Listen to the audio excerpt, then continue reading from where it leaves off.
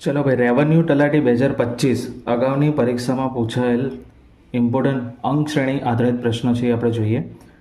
આપણને અહીંયા આગળ એક શ્રેણી આપેલી છે 1 4 9 16. તો હવે આગળ શ્રેણીમાં કયો ડિજિટ આવશે? ઓકે, તો એને આપણે સમજીએ. ઓપ્શન આપવાના છે 32, 30, 25 અને 45.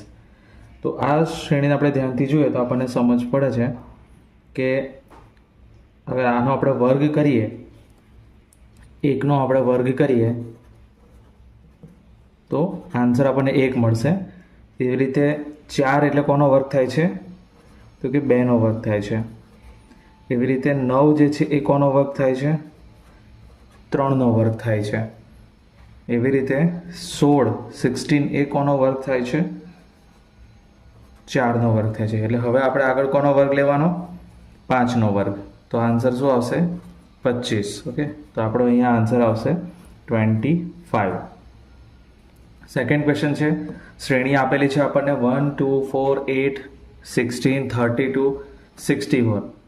ઓકે, તો આ મલ્ટિપ્લિકેશન વાળું શ્રેણી છે.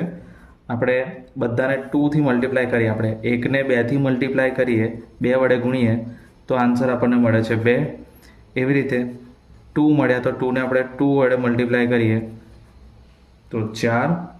પછી આપણને શ્રેણીમાં 4 આપ્યા છે તો 4, આ શ્રેણી બનતી જાય છે.